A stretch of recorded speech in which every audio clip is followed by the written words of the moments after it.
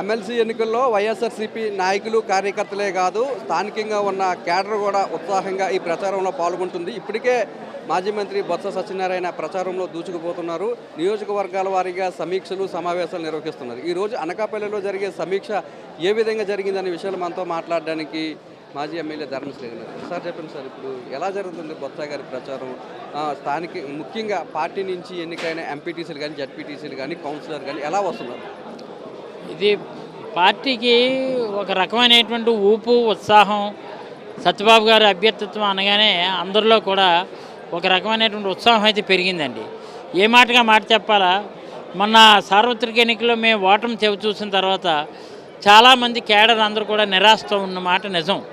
కానీ ఈరోజు సత్యబాబు గారిని గౌరవ మా పార్టీ అధ్యక్షులైనటువంటి జగన్మోహన్ రెడ్డి గారు ఎప్పుడైతే ఉమ్మడి విశాఖ జిల్లాకి స్థానిక సంస్థల నుంచి అభ్యర్థిగా ప్రకటించిన తర్వాత ప్రతి కేడర్లో కూడా పర్లేదు, మనకి నచ్చినటువంటి నాయకుడు, మనం మెచ్చినటువంటి నాయకుడు, మంచి క్షేత్రస్థాయి నుంచి కార్యకర్త తాలూకా మొత్తం అవగాహన ఉన్నటువంటి నాయకుడు, కార్యకర్త ఎన్ని ఇబ్బందులు పడుతున్నాడు, కార్యకర్త ఏ విధంగా ఎదుగుతాడు, పార్టీ పరంగా ఏ విధంగా ఒదుగుతాడు అనేది అన్ని అవగాహన తెలుసుకున్నటువంటి వ్యక్తి బొత్స సత్యబాబు గారు. కాబట్టి మనకి ఇంకా ధైర్యం ఉంది.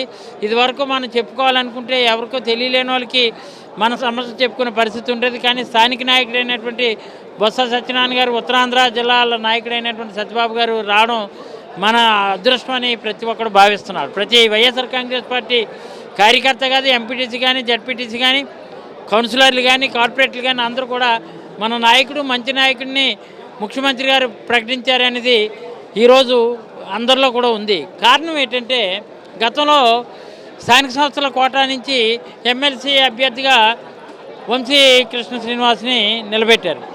తర్వాత స్థానిక శాసనసభ్యుల కోటా నుంచి వరద కళ్యాణ్ ఇలాంటి వాళ్ళు మా పార్టీ నుంచి నిలబెట్టి గెలిపించారు వన్ సైడ్. ఈరోజు చెప్తున్న వంశీ శ్రీనివాసు వాడికి ఇక్కడి నుంచి పార్టీ విడిచి వెళ్ళిపోయినటువంటి నేను ఎంపీటీసీ కోటా ద్వారా గెలిచాను అనేదే తెలియదు ఆయనకి. ఆయన ఓట్లు ఎట్టున్నాయో ఆయనకి తెలియదు. ఎంపీటీసీలకు కూడా మన కోటాలోనే ఎమ్మెల్సీ అభ్యర్థి వంశీ శ్రీనివాస్ గెలిచాడనేది ఎంపీటీసీలు తెలియదు. అంటే కనీసం ఓటర్కి విలువ లేని పరిస్థితి గతంలో జరిగింది. ఈరోజు ఓటర్కి విలువ పెరిగింది కాబట్టే వీళ్ళందరూ ఇప్పటికైనా మా ఎంపీటీసీలు అందరూ గుర్తించారు, మా కౌన్సిలర్లు గుర్తించారు, మా జడ్పీటీసీలు గుర్తించారు, మా నాయకులు ఈరోజు మా అవసరం డెఫినెట్ గుర్తించారు అనేది 100% తెలిసింది. అందరిలో కూడా మార్పు వచ్చింది, అధినాయకత్వానికి కూడా మార్పు వచ్చింది. ఎట్టి పరిస్థితుల్లో మనం గెలిపించుకుంటేనే రేపు పార్టీ మన మనుగడ, మన భవిష్యత్తు ఉంటుందని ప్రతి కార్యకర్తలో కూడా కలిగింది. గతంలో కార్యకర్తల మీటింగ్ అంటే వాలంటీర్లు వచ్చేస్తే కార్యకర్తలు వచ్చినట్టు అని ఫీల్ అయిపోతుండేవి. ఇప్పుడు ఒక్క వాలంటీర్ లేడు. అసలైనటువంటి కరుడు కట్టినటువంటి వైఎస్ఆర్ కాంగ్రెస్ పార్టీ కార్యకర్తలే ఈరోజు నిన్న చోడారంలో మీటింగ్ అవనియండి, మాడుగుల మీటింగ్ అవనియండి, నర్సీపట్నం పాయకరాపేట అవనియండి, ఈరోజు ఇక్కడ అనకాపల్లి అండి. ఒక కరుడు కట్టినటువంటి వైఎస్ఆర్ పార్టీ కాంగ్రెస్ కార్యకర్త ఈరోజు ఇక్కడ ఉన్నారు. వైఎస్ఆర్ కాంగ్రెస్ కార్యకర్త ఇక్కడ ఉన్నాడు. జగన్మోహన్ రెడ్డి అంటే ప్రాణం ఇచ్చే నాయకులు ఈరోజు ఇక్కడికి వచ్చారు, రేపు గెలిపించడానికి సంసిద్ధంగా ఉన్నారు. అందుకని ఇదివరకు మనం ఏదైనా ఉన్నారంటే వాలంటీర్లు తీసుకొచ్చి వాలంటీర్ ద్వారా మీరు సిద్ధమా అంటే సగం చెయ్యట్టి సగం ఎత్తకునే పరిస్థితి ఉండేది. ఈరోజు అలా కాదు, మనం గెలిపించి తీరాలి. మళ్ళీ జగన్మోహన్ రెడ్డి గారు గిఫ్ట్గా ఎమ్మెల్సీగా బొత్స సత్యనారాయణ గెలిపించాలని ఒకే ఒక్క ఉక్కు సంకల్పంతో అందరూ రావడం జరిగిందని మాత్రం తెలియజేస్తున్నాం.